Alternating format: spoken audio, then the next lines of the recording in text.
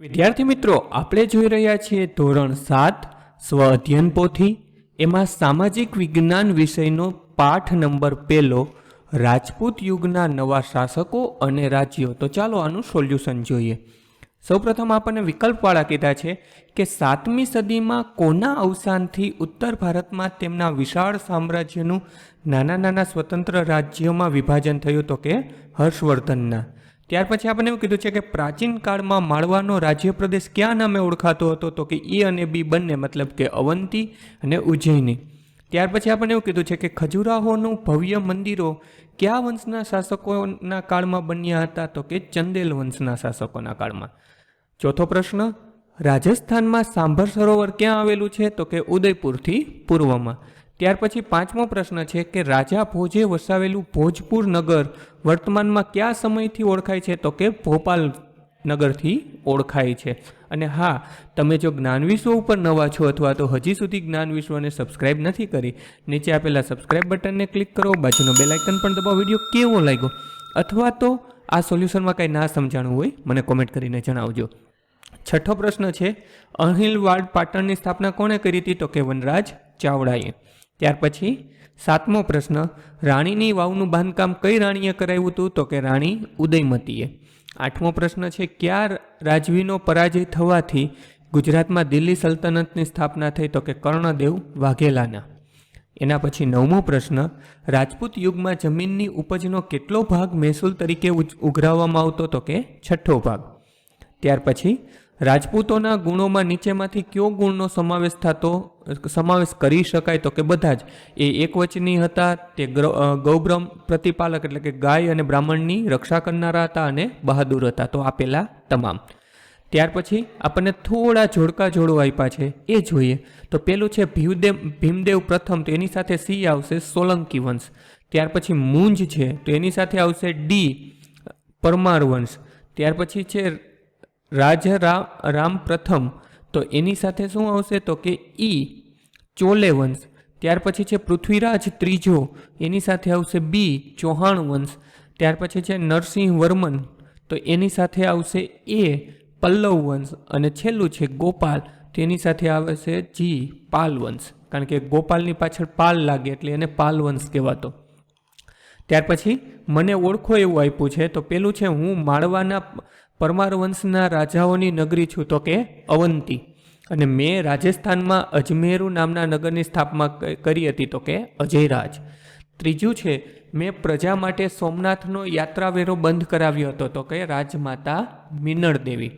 ચોથું છે મેં આચાર્ય હેમચંદ્રાજી પાસે સિદ્ધહેમ અનુશાસન નામના ગ્રંથની રચના કરાવી હતી. કોણ? તો કે સિદ્ધરાજ જયસિંહ. ત્યાર પછી પાંચમું છે મારા નામ પરથી વનરાજ ચાવડાએ નવા નગરનું નામ અણહિલવાડ પાટણ રાખ્યું હતું. કોણ? તો કે અણહિલ ભરવાડ. અને છેલ્લું છે હું મુઝફ્ફર શાહ નામના ધારણ કરી ગુજરાતનો સ્વતંત્ર સુલતાન બન્યો હતો, તો કે ઝફર ખાન. હવે આપણને ખાલી જગ્યાઓ પૂછી છે કે યોગ્ય શબ્દ વડે નીચેના વિધાનોની ખાલી જગ્યા પૂરો. પેલું છે કુમારપાળ ચરિત્ર ગ્રંથની રચના ખાલી જગ્યાએ કરી હતી? તો કે હેમચંદ્રાચાર્યજીએ. ત્યાર પછી બંગાળમાં પાલવંશનો સ્થાપક ખાલી જગ્યા નામનો રાજવી હતો? તો કે ગોપાલ નામનો રાજવી. ત્યાર પછી ત્રીજું, દ્વારસમુદ્રમાં ખાલી જગ્યા વંશનું શાસન હતું? તો કે હોયસલનું. ત્યાર પછી ચોલમંડળ રાજ્યની રાજધાની? તો કે તાંજોર. પાંચમું છે ચૌહાણ વંશનો શાસક ભારતીય ઇતિહાસમાં અદ્વિતીય સ્થાન ધરાવે છે? તો કે પૃથ્વીરાજ ત્રીજો. અને છેલ્લી ખાલી જગ્યા, રાજપૂત યુગમાં દરેક પ્રકારની નીતિઓનો અંતિમ નિર્ણય કોની પાસે રહેતો? તો કે રાજા પાસે. હવે આપણને ચોથો પ્રશ્ન કીધો છે, એમાં આપણને એક વાક્યમાં જવાબ માંગ્યા છે, એક કા બે વાક્યમાં. તો પેલો પ્રશ્ન છે કયા સમયગાળાને રાજપૂત યુગ કહેવાય છે? તો કે ઈસવીસન 700 થી 1200 વચ્ચેના 500 વર્ષના સમયગાળાને રાજપૂત યુગ કહે છે. ત્યાર પછી ગુર્જર પ્રતિહાર સામ્રાજ્યના પતન બાદ બીજા કયા કયા નવા રાજ્યો સ્થાપિત થયા? તો કે ગુર્જર પ્રતિહાર સામ્રાજ્યના પતન બાદ ગઢવાલ, બુંદેલખંડ, માળવા, પાટણ, ડહાલ, સાંકભરી વગેરે જેવા રાજ્યો સ્થાપિત થયા અથવા તો અસ્તિત્વમાં આવ્યા. ત્યાર પછી વનરાજ ચાવડાએ નવીન નગરનું નામ અણહિલવાડ પાટણ શા માટે રાખ્યું હતું? તો કે આપણને ખબર છે કે એનો એક મિત્ર હતો કે જે દુઃખમાં સાથ આપનાર બાળ મિત્રના નામ પરથી નવીન નગરનું નામ અણહિલવાડ પાટણ રાખ્યું હતું અને એનું નામ અણહિલવાડ ભરવાડ હતું, એની ઉપરથી આ નામ રાખવામાં આવ્યું હતું. ત્યાર પછી અણહિલવાડ પાટણના આદર્શ રાજમાતા કોણ હતા? તો કે મિનળ દેવી અથવા તો મયણ દેવી, જે અણહિલવાડ પાટણના આદર્શ રાજમાતા હતા. ત્યાર પછી બંગાળના કયા વંશને પાલ વંશ કહેવામાં આવે છે? શા માટે? તો કે ગોપાલ વંશના રાજાઓના નામની પાછળ પાલ શબ્દ લાગતો, આથી બંગાળના ગોપાલ વંશના રાજાઓને પાલ વંશ કહેવામાં આવે છે. ત્યાર પછી રાજપૂત યુગમાં ગ્રામ પંચાયતના વડાને શું કહેવામાં આવતું? તો કે રાજપૂત યુગમાં ગ્રામ પંચાયતના વડાને મુખી કે સરપંચ કહેવામાં આવતો. 7મો પ્રશ્ન, રાજપૂત યુગમાં ગુજરાતમાં કયા બંદરો જાણીતા હતા? તો કે રાજપૂત યુગમાં એક તો સ્તંભ તીર્થ કે જે અત્યારનું ખંભાત અને બીજું ભૃગુ કચ્છ કે જે અત્યારનું ભરૂચ, આ 2 બંદરો જાણીતા હતા. હવે આપણે એવું કીધું છે કે નીચેના રાજ્યોને ઉત્તર ભારત અને દક્ષિણ ભારતના રાજ્યમાં વર્ગીકરણ કરો. તો જો અહીંયા જે પણ ઉત્તર ભારતના રાજ્યો મેં લખી દીધા છે, ગઢવાલ, ચંદેલ અથવા તો બુંદેલખંડ, માળવા, સોલંકીનું ગુજરાત અને ચૌહાણનું શાકભારી, અને દક્ષિણના રાજ્યો તો કે પાંડ્ય, ચેલ, પલ્લવ, ચોલ, પાલ અને રાષ્ટ્રકૂટ. ત્યાર પછી 5મો પ્રશ્ન છે, નીચેના વિધાનોના કારણ આપો. હવે આ જે પ્રશ્ન છે થોડા મોટા હશે કે 3-4 વાક્યમાં કે 5 વાક્યમાં. રાજપૂતાણીઓ વીરતા માટે જાણીતી હતી, તો એવું તો શું કરતી હતી? ચાલો જોઈએ. કારણ કે તે હસ્તમુખે પતિ કે પુત્ર અથવા તો ભાઈને યુદ્ધમાં વિદાય આપતી અને જરૂર પડીએ તો તેના શસ્ત્રો ધારણ કરીને યુદ્ધમાં લડવા જતી, અને યુદ્ધમાં મૃત્યુ પામેલા પતિની પાછળ તેઓ સતી થતી, અને જો શત્રુના હાથમાં પકડાઈ જવાનો પ્રસંગ હોય તો જોહર કરતી, મતલબ કે સળગતી ચિતાઓમાં પોતાની દેહ ત્યાગ કરતી. એટલા માટે આપણે કહી શકાય કે રાજપૂત જે રાણીઓ હતી એમાં વીરતા જોવા મળે છે. ત્યાર પછી બીજો પ્રશ્ન, ભોજ પરમાર વંશનો સૌથી શ્રેષ્ઠ રાજા હતો, કારણ કે તેણે એક આદર્શ અને લોકપ્રિય રાજા હતો. રાજા ભોજે ધારાનગરીમાં એક મહાશાળાની સ્થાપના કરી હતી. તેમણે ભોજપુર, ભોપાલ નામનું નગર વસાવ્યું હતું. આવા સારા સારા કામો એણે કર્યા હતા. ત્યાર પછી તરાઈની લડાઈમાં ભારતીય ઇતિહાસમાં મહત્વની ગણાય છે. શા માટે? તો કે તરાઈની લડાઈમાં સિહાબુદ્દીન ધોરીએ પૃથ્વીરાજ ચૌહાણને હાર આપી દિલ્હીના તખ્તા પર મુસ્લિમ સત્તાની સ્થાપના થઈ, માટે આને એક મહત્વની લડાઈ ગણવામાં આવે છે. ત્યાર પછી ચોથો પ્રશ્ન, મિનળ દેવી આદર્શ રાજમાતા હતા, કારણ કે મિનળ દેવીએ સોમનાથના યાત્રાળુ વેરો બંધ કરવામાં મહત્વની ભૂમિકા નિભાવી હતી તથા ધોળકામાં મલાવ તળાવનું નિર્માણ કરાવ્યું હતું. હવે આપણને ચિત્રનું વર્ણન કરવાનું કીધું છે. આપણને નીચે એક ચિત્ર આપ્યું છે. આપણને એવું કીધું છે કે આપેલ ચિત્રમાં યુદ્ધ પહેલાંનું દ્રશ્ય છે તે જણાવી તેનું વર્ણન કરો. હવે અહીંયા જો એક રાજપૂતાણી છે એ એના પતિ અથવા તો ભાઈને કે જેને યુદ્ધમાં જવાનું છે અને કુમકુમનો ચાંદલો કરીને હસ્તામુખે વિદાય આપે છે. તો આપણે અહીં લખીએ, આપેલ ચિત્રમાં રાજપૂતાણીઓના વીરતાના દર્શન થાય છે. જ્યારે રાજપૂત રાજાઓ દેશના રક્ષણ માટે યુદ્ધમાં જતા ત્યારે હસ્તામુખે વિદાય આપતી અને લલાટે કુમકુમનું તિલક કરતી અને વિદાય આપતી. ત્યાર પછી યુદ્ધમાં વીરતાભરી વિદાય કોને આપવામાં આવતી તેની યાદી બનાવો. તો વીરતાભરી વિદાય રાજાઓને, સૈનિકોને, એવા દરેક વ્યક્તિઓને આપવામાં આવતી કે જે યુદ્ધમાં જવા તૈયાર થયા હોય. ત્યાર પછી રાજપૂત યુગની શાસન વ્યવસ્થા આપણને કીધી છે. તો કે રાજપૂત યુગમાં રાજાનું પદ વંશપરાગત હતું, મતલબ કે રાજાના દીકરા જ રાજા થતા, પરંતુ જ્યેષ્ઠ પુત્ર રાજા બને એવું નહોતું. મતલબ કે મોટો દીકરો રાજા થાય એવું જરૂરી નહોતું. યોગ્ય પુત્રને યુવરાજ બનાવવામાં આવતો, ત્યારબાદ તે રાજા. આ સમયે મંત્રી 2 પ્રકારના હતા, અમાત્ય અને બીજા સચિવો. અમાત્યનું કાર્ય મંત્રણા કે રાજનીતિ કરવાનું હતું, જ્યારે સચિવોનું કાર્ય લડાઈ તથા સુલેહનું હતું.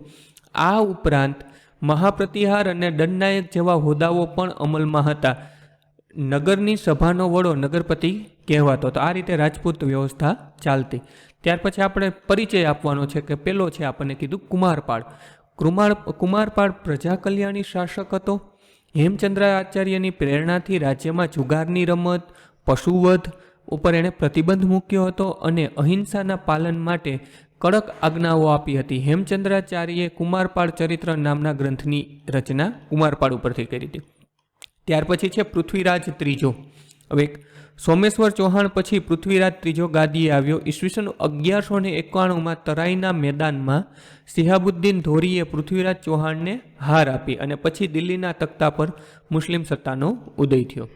ત્યાર પછી આપણને એવું કીધું છે કે કોઈ પણ 5 રાજપૂત રાજ્યો અને તેની રાજધાનીના નામ આપો. તો કે પેલું છે ગઢવાલ, તો કે કનોજ અથવા તો કાશી, ચાલુક્ય વંશ તો કે વાતાપી, વરગલુ કાકતીય તો કે વરંગલ, પલ્લવ વંશ તો કે કાંચીપુર અને ચોલ મંડલ તો કે તાંજોર.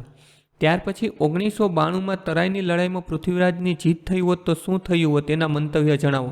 જો તરાઈની લડાઈમાં પૃથ્વીરાજની જીત થઈ હોત તો દિલ્હીની ગાદી પર વિદેશી શાસકોનું શાસન સ્થાપિત ન થયું હોત અને ભારતીય પ્રજા પર જુલમ અને જે લૂંટફાટ મચાવ્યા હતા એ પણ કદાચ ન થયા હોત અને તેને આ જે જુલમો છે એ સહન કરવા ન પડત.